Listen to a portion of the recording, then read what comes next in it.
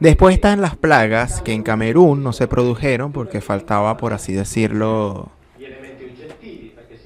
los elementos objetivos para que se produjeran, que son el cielo que oscurece y la lluvia de granizo y fuego del cielo. Este papiro que veis se llama papiro de Ipuwer.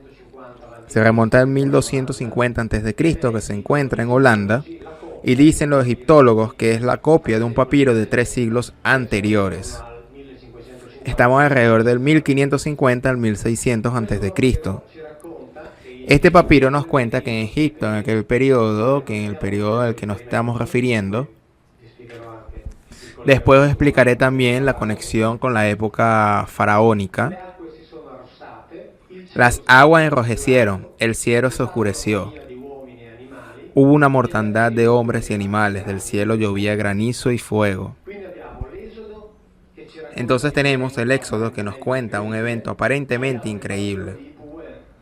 Tenemos el papiro de Ipuwer, que se remonta al mismo periodo y que parece contarnos exactamente el mismo evento.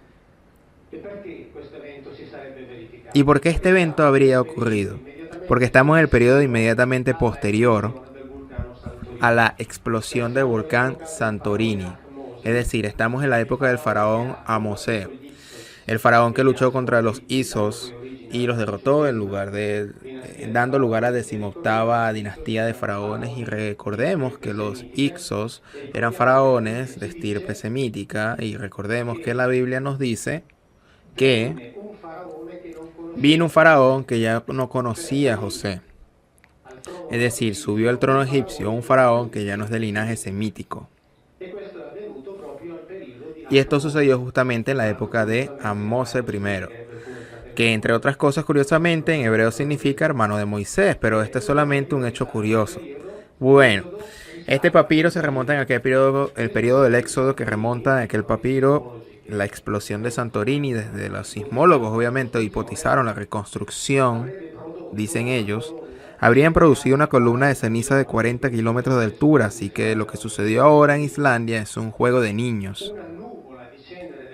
Una nube de ceniza de 200 kilómetros de diámetro que obviamente por donde pasaba oscurecía el cielo. De esta nube descendía, como es obvio, lo que los sismólogos llaman la pilli, es decir, las partículas que permanecen incandescentes por mucho tiempo y después caen. Así como caen en forma de hielo los vapores de agua que subiendo muy alto se congelan. O como seguramente lo habéis escuchado en los noticiarios TV, caían como cristales de vidrio porque el sílice, por las altas temperaturas, se funde y por lo tanto caen estos cristales que parecen cristales de vidrio. Tenemos también en Europa un ejemplo de un evento similar. En 1815 en Indonesia explotó el volcán Tambora. En 1816 en Europa se llamó el año sin verano.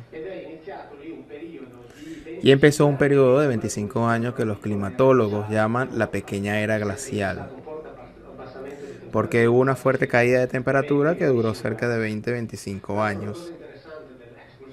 Entre otras cosas interesantes de la explosión del volcán Tambora es que en 1916 Mary Gerwin Shelley estaba de vacaciones con el marido Shelley y el poeta Brion en Suiza, en el lago de Ginebra, y por el efecto de este no verano, del cielo constantemente oscuro de las continuas lluvias, los tres se pusieron de acuerdo para pasar o hacer pasar el tiempo e inventar cada uno una historia. Y Mary Shelley inventó Frankenstein. Así que una de las obras maestras de la literatura mundial se la debemos a la explosión del volcán Tambora, ocurrida un año antes. Por lo tanto, Europa se oscureció un año después. Entre Santorini y Egipto hay pocos cientos de kilómetros, así que el oscurecimiento sucedió obviamente poco tiempo después. Pero en cualquier caso, este relato egipcio es paralelo al del Éxodo. Nos cuentan eventos similares: cielo oscurecido, aguas rojas, mortandad de las personas y animales.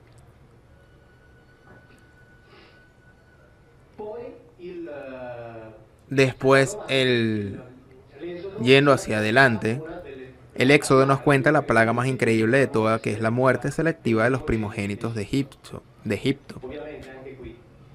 Claramente también en este caso, si consideramos el Antiguo Testamento un libro de historia, un libro escrito por un pueblo que quería elogiarse y honrarse a sí mismo, debemos atribuir siempre al Antiguo Testamento todas las características que se atribuyen a un libro de historia, incluidas las que se escribían actualmente. Por lo tanto, contiene seguramente algunas falsedades, contiene seguramente errores, contiene seguramente exageraciones. Por tanto, cuando el Antiguo Testamento nos dice que murieron todos los primogénitos de Egipto, bueno, entendemos por nosotros mismos que se trata de una exageración autocomplaciente. Como diciendo, nuestro Dios los hizo morir a todos. No, seguramente murieron ahora, veremos tal vez cómo y por qué. Los primogénitos, en la zona donde vivían los hebreos, en la zona donde se desarrollaron todos estos fenómenos que vimos hasta ahora, una noche, aquí estamos de nuevo en el lago, vimos en África, en Camerún, una noche sucedió esto. Murieron algunas personas y de una manera aparentemente absolutamente inexplicable, y otras no. Estas personas no estaban afectadas por plagas, estaban muy sanas como todas las demás, dado que por suerte los investigadores estaban allí. Comprobaron esto. Todos los fenómenos sísmicos se produjeron en el enrojecimiento del agua, y todo lo que se produjo después llevó a la formación de gas, que se filtraron de las aguas enrojecidas. Como los gases eran más pesados que el aire, contenían también monóxido de carbono, etc. Comenzaron a expandirse por la orilla del lago y mataron por asfixia a todos los que dormían en el suelo. Era suficiente estar de pie para salvarse. Murieron 1800 personas en la orilla del lago Níos, y murieron los que dormían en el suelo. Murieron esa noche. En Egipto, así como todas las poblaciones semíticas, los primogénitos se beneficiaban de toda una serie de privilegios notables, entre los cuales obviamente sobre todo las de familias adineradas. Tenían el privilegio de dormir en camitas bajas. Quien ha hecho servicio militar sabe que cuando se duerme en literas, la posición cómoda es la de abajo. Entonces, seguramente, así como en Cancún murieron los que dormían abajo, en el suelo, planta baja, y es extremadamente probable que muchos primogénitos varones que vivían en la zona del delta de Nilo hayan muerto porque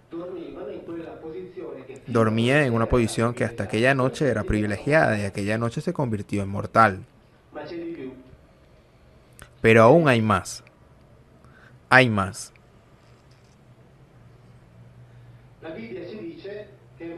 La Biblia nos dice que murió también el primogénito del faraón. Aquí está. El príncipe Zapair, 12 años, hijo de Amosé I, muerto en aquel periodo no de muerte violenta.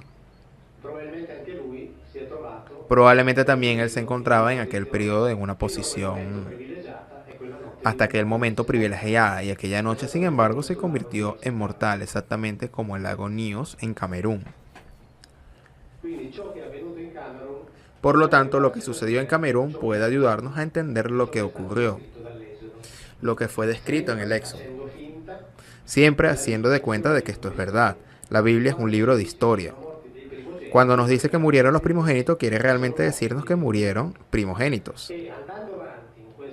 Y siguiendo con esta actitud descubrimos otras curiosidades, porque obviamente no termina aquí. Los creyentes predican, los mosquitos te pican, los músicos practican, los amantes fornican, los científicos crean bombas destructivas y en las noches agradecen que su familia aún esté viva. 1.000.000 de costumbres, 1.000.000 de culturas, todas esclavas del dinero que nos manipula. Al fin y al cabo, papeles con la cara de alguna persona con tantos defectos como cualquier mula. El planeta y la luna en órbita circulan, tal vez no son más que dos gotas de alguna laguna. Y tú creyéndote más que otros por tener dinero. Hormigas somos todos, solo cambia el hormiguero. Si al planeta no le hace falta un océano más, el mundo ya no necesita de una montaña más. Hay suficiente agua para quien sepa tomar, y suficiente las cumbres por alcanzar y admirar. Al mundo ya no le hace falta más tecnología, y mucho menos si se trata de armas destructivas. 700 canales de televisión vacía, inodoros que te limpiarán, harán algún día. El mundo tiene demasiadas cosas en exceso, demasiados de muchos retrocesos y progresos, excepto por un gran factor escaso en estos tiempos. Ese factor se llama amor, y nada más que eso.